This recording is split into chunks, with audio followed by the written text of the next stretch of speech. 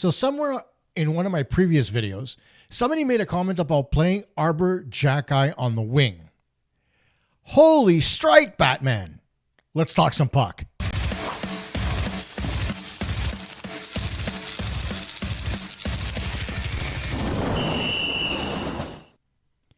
Hey gang, Coach here from Puck Talk Montreal, and yes, somebody came out and said it. Why not play Arber Xhekaj on the wing? And now, you can look at it from the perspective of, hey, his defense isn't that great, and we need somebody who's tough in the lineup, yada, yada, yada. Sure, on the surface, it sounds like a great idea, doesn't it? But when you're somebody who's been in hockey as long as I have, you know that transitioning from defense to forward, or forward to defense for that matter, isn't as easy as it's cut out to be. So why would you even think to take a guy who's never, and I mean ever, played forward at any competitive level and decide, you know what, he's played defense, we need the space on D, let's take away his spot and give it to a forward. Even worse, let's give it to him while his brother's trying to crack the Canadiens lineup.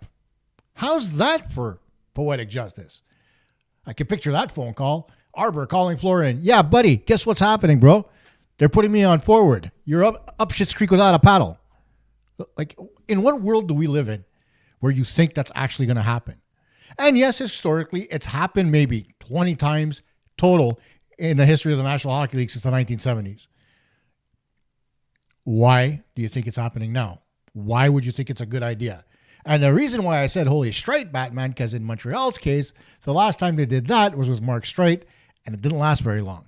In fact, they'd even done it with Sheldon Surrey, and that lasted even less time. So let's take a look at the best examples that people have put forward about who they think, is the ones that prove that the transition can be made. Starting with this guy, and that's Brent Burns. Now, in Burns' case, it's a little bit different. He was drafted as a forward and is filled in at forward for the Sharks, but only from time to time when the injury bug hit. Never inserted into the lineup as a full-time forward. And I mean ever, despite the fact that he's shown some aptitudes. And that makes total sense. Why wouldn't you take a guy who's played at forward and fill in a spot when you can? It has merit because the guy knows how to play the position. He's played it before. When he came to the National Hockey League, they saw how big he was. They saw how mobile he was. They saw how well he played defensively and said, you know what? Why don't we try to transition him into a defenseman? And yes, there were growing pains. But at the end of the day, after a couple of years, Brent Burns molded himself into one of the top defensemen in the National Hockey League, including a Norris Trophy. So in what world did that backfire? It didn't. But he wasn't put back to forward on a regular basis once he was transitioned to defense. It was as simple as that. He never saw a lick of forward in the National Hockey League. Sure, they filled in a couple of times, yes, on the power play, when they needed it, when there was injury, whatever. During a game when a guy goes down, sure, you could take your top defenseman and say, listen, I need you to go play forward. I'll let the other five guys take care of it. Which makes sense because, like I said, he played the position before. But to do that with a guy who's never played it forward, it's a bit of a stretch. Let's go to example number 2. That would be Dustin Byfuglien. Now, in Byfuglien's case, he was used by Chicago at forward on the power play because of his size, skill, and his ability to be at the net front because he was built like an ox. But after being traded to the Winnipeg Jets, he never saw a minute at forward again. And again, that makes sense because the Jets went out and got him because they needed a big offensive-minded defenseman, a guy who had a bomb from the blue line. And who knew that, the fact that he never went back to forward would be enough to throw Dustin Byfuglien over the edge where he just walked away from the NHL after a few years. That's saying something when a guy decides to do that. Now, what his reasons were, we don't know. But at the end of the day, the idea that, okay, you took a defenseman, you put him up front on the power play, that's happened before. We've seen it with Zdeno Chara when the Boston Bruins used to put him in front of the net because the guy was 6'7". Why wouldn't you put him in front of the net? And yes, he's got a long stick, so obviously he can get the pucks that a lot of other people can't get to. So it makes total sense. But it's not like once the power play was done that Zdeno Chara would actually go play forward after that. It was situational.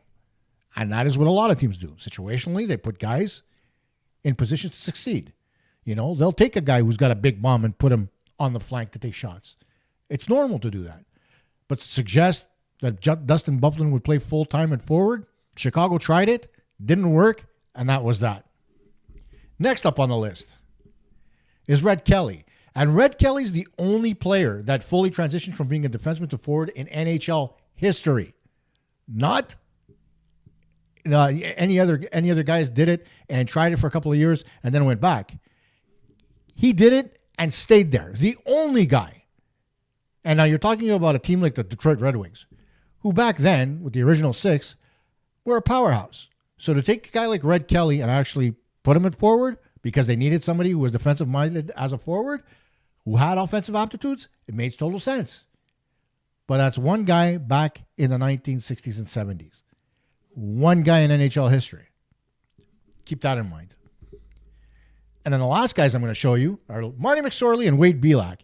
And these two guys, the reason why they were put forward is so that they could beat the pulp out of people that checked either Wayne Gretzky or Doug Gilmour and Matt Sundin, respectively. It didn't mean they have the skill set, despite the fact that McSorley did play relatively well at forward. But needless to say, McSorley was a better defenseman, as was Belak. And the only reason Belak was taken is so he could take punches to the face. Really? That's a reason to put a guy at forward. Are we seeing some, similarities here as far as Arber Xhekaj is concerned? That's the reason why all of you want to put him there, because you want to make sure you keep his big mitts in the lineup, right? But how many fights do you see a year in the National Hockey League now? 10, 15, maybe 20? There aren't that many anymore. If this was back in the roaring 70s and 80s where getting into fights was commonplace, like the good old Good Friday Massacre or the time Ed Hospodar beat the living pulp out of Claude Lemieux for putting a puck into an empty net during a playoff series between the Flyers and the Montreal Canadiens, that was okay back then. It wasn't okay. It wasn't okay, but it was expected if you did something that stupid. Nowadays, not so much anymore. Maybe there's a little bit more respect, but at the end of the day, nobody fights as much anymore, right? We all know that, and I think as fans, we all appreciate that. Sure, we like a good scrap when two guys are battling along the boards and they drop the mitts and they decide to go because they're pissed off at each other. Who doesn't? But the stage garbage that we see, nobody wants to see that in the game because it's got no place for it, right? We can all agree. So why would you want to put Arber Xhekaj at forward just to have his gloves in the lineup? We didn't even put Michael Pezzetta in the lineup for that reason. Think about that. Pezzetta was a guy who could throw the gloves, but a lot of times he found himself in the press box. Why? Because he didn't know how to play hockey. He made mistakes every time he was on the ice. He was too focused on making a hit and doing, generating energy than actually playing the game the way Marty St. Louis wanted. And he ended up eating hot dogs most of the season. So why in the world would you want to do that with Arber Xhekaj? Because he's not going to draw into the lineup every night at forward, especially given the quality of the opponents in the Atlantic Division, where a lot of people are saying the Atlantic Division is the best division in hockey right now. Why would you want to do that and give up a spot that could be filled in by somebody else? Does it make sense to you? Now, look at it from a coaching perspective too, right? If you're any coach that's ever coached at any level, there is no way you're going to take a guy who played defense and put him at forward long term. You may do it if you're short for a game, and maybe put him out there in limited minutes to play a defensive role. That can be done, but not every game and not often enough as far as Xhekaj is concerned. Why are you going to pay somebody that kind of money to go sit in the press box all night? Honestly, it doesn't make any sense. And like I said before, think about it for a minute. Can you picture family dinners at the Xhekaj house where Florian's looking over at Arber thinking, you son of a bitch, you took my job because you were desperate to keep yours? Like, how fair is that? It's not, right? It isn't something the Canadians are thinking about, granted, but it's definitely something that Arber's thinking about. So if the situation was there and it was presented to Arber, I guarantee you 1,000%, given how much he loves his brother, he wouldn't take that spot away from him. Ever. I mean, that's the kind of family they are. They're tight. And so I wouldn't expect anything else. But then even if we were to take, for argument's sake, even if we were to take Arber Xhekaj and put him on the wing, what kind of a message does that send to every other kid in the organization? Like an Oliver Kapanen, who went back to play in Finland last year before, coming back to staying with the Habs. Or, what would it say to Joshua Roy or Owen Beck or anybody else who's vying for a spot in the National Hockey League? We're willing to give that position to a guy who can't play defense. We're going to put him at forward just so he can stay in our lineup. But you're good enough to do it, but we're not going to give it to you. What kind of a message as an organization does that send to the players? Do you honestly think that all the goodwill that the Montreal Canadiens have built since Kent Hughes and Jeff Gorton took over this team is going to remain if they make a decision like that? I don't think so. And I think it'll divide the room, honestly. Even if you're doing it, to allow Jane Struble in. Seriously, man. There's no excuse for it. You're not an NHL franchise who's desperate to do something to catch attention. You're not out there, going out there and being, let's say, the 1970s and 80s Boston Bruins, or even better, the Broad Street Bullies, where your game was predicated on all the guys on your team being tough and rough and scare the crap out of people. That's not what the Canadiens are doing here. They're building a skilled team that, yes, can handle physicality, but they're not necessarily going to go out there and produce the physicality. So why in hell would you put Xhekaj on the wing? And I mentioned Mark Streit before. Even the Mark Streit experiment. He was put on the fourth line, saw limited minutes, and saw time on the power play on the blue line. That's why he was put it forward. Because despite the fact that they wanted to have a certain set of defensemen on the ice at 5-on-5, they knew they needed Mark Streit on the power play to generate offense. So they put him on the fourth line. The fourth line would see maybe 6-7 minutes a night, but Streit would end up with 12-13 because the Canadiens would end up with a bunch of power plays during the game. Makes sense at that point. It's a strategic decision made to be able to have that player available to you. But take a look at Arber Xhekaj's stats. What does he bring to the table that tells you that Arber Xhekaj should be at forward to make him available on defense? Nothing. So that particular strategy goes out the window. And take a look at it, okay? Look at the depth. Look at the forward depth on the Canadiens. You've got Caulfield, Laine, Anderson, and Kapanen on the left.